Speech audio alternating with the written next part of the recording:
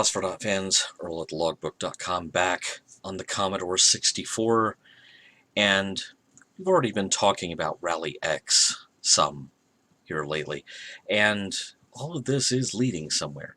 But since I have mentioned it before, I thought it would be good to kind of go down a side street of the Rally X story and play Radar Rat Race on the Commodore 64, which is a, shall we call it an homage. As you can see, the setup is very, very similar to Eek.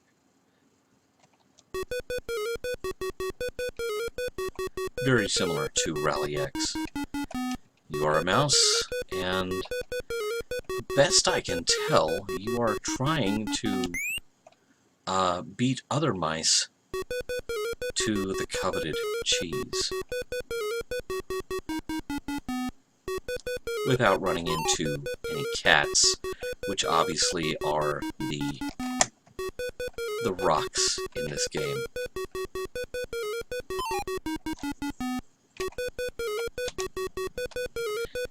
The keyboard controls are not the most intuitive thing that I've ever run across, but they're also not the worst. And fortunately, the intro screen clues you in as to what the game's controls are. Bonus rat for 20,000 points. I only got 1,100. I am nowhere near a bonus rat. So, star screen, I wonder, because I've never actually played this before. You are seeing me play it for the first time. I wonder if star screen is this game's smoke screen.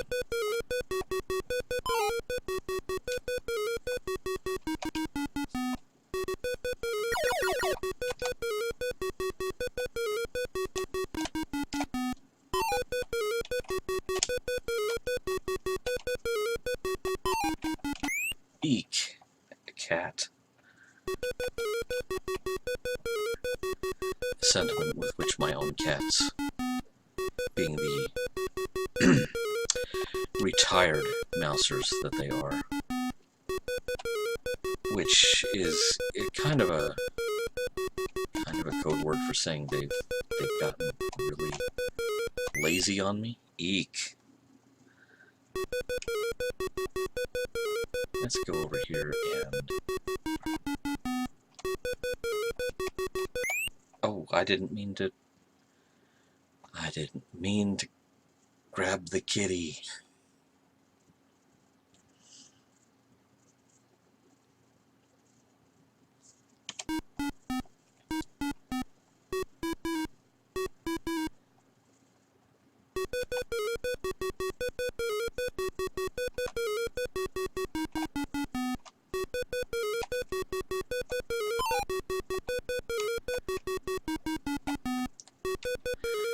Oddly enough, I think how you can really tell this is an homage to Rally X is that in places the maze is exactly like the maze from Rally X.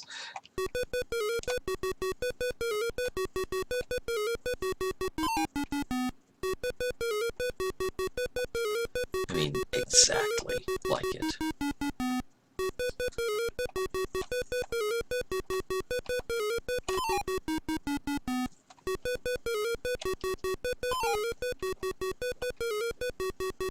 But the game mechanics in every other respect are pretty close to identical. Now what's funny is the game was available on tape, and I believe on cartridge in the US. It was also made available in Japan, which makes me wonder, you know, did Namco know about this tribute? Ah, there's the star screen. Okay. Now, really, we need to talk about this. A mouse is scooting along, black stars come out of his butt. You really expect me to believe those are stars? I think those are something else.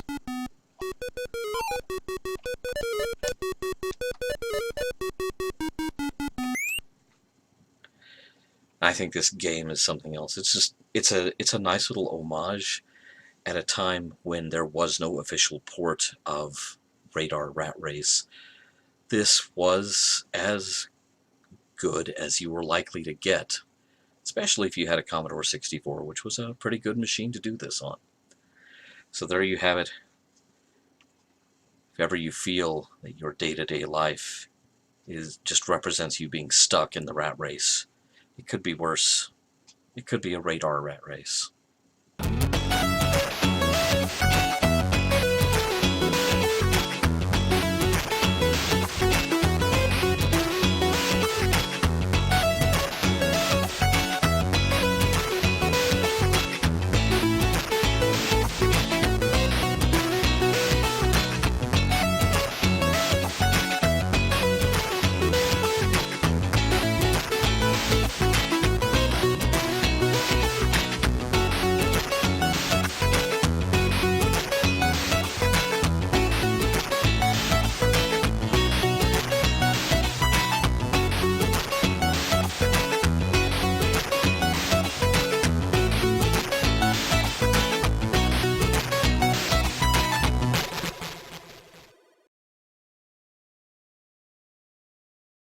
Phosphor fans, one more bit of business.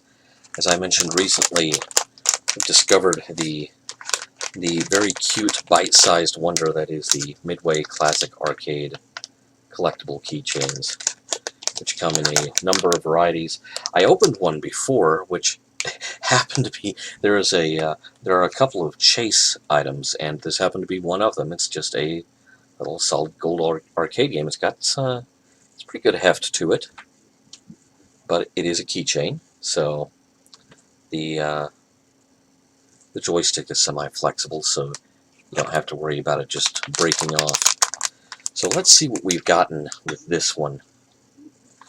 See if we have an old favorite, or if we have another gold one. That would be funny. Oh, this one appears to be. Let's see. Oh, there's a piece of cardboard inside to protect it. This one is. Oh, it's Root Beer Tapper. There you go. How cute. I'm not sure how well it's focusing because of all the busyness in the background.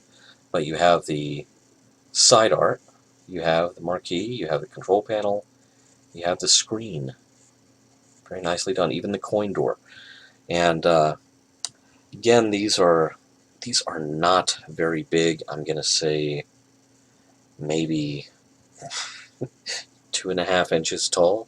So one of my things that I always like to determine very quickly anytime someone starts doing any sort of bite-sized arcade collectible is, does this scale well with Star Wars figures? Because invariably I'm going to wind up building an arcade for my Star Wars figures.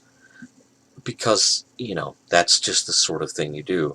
And this, probably not suitable. I like how they, the other one I had, which was kind of the generic chase model, has just a single joystick. This one has both the joystick and the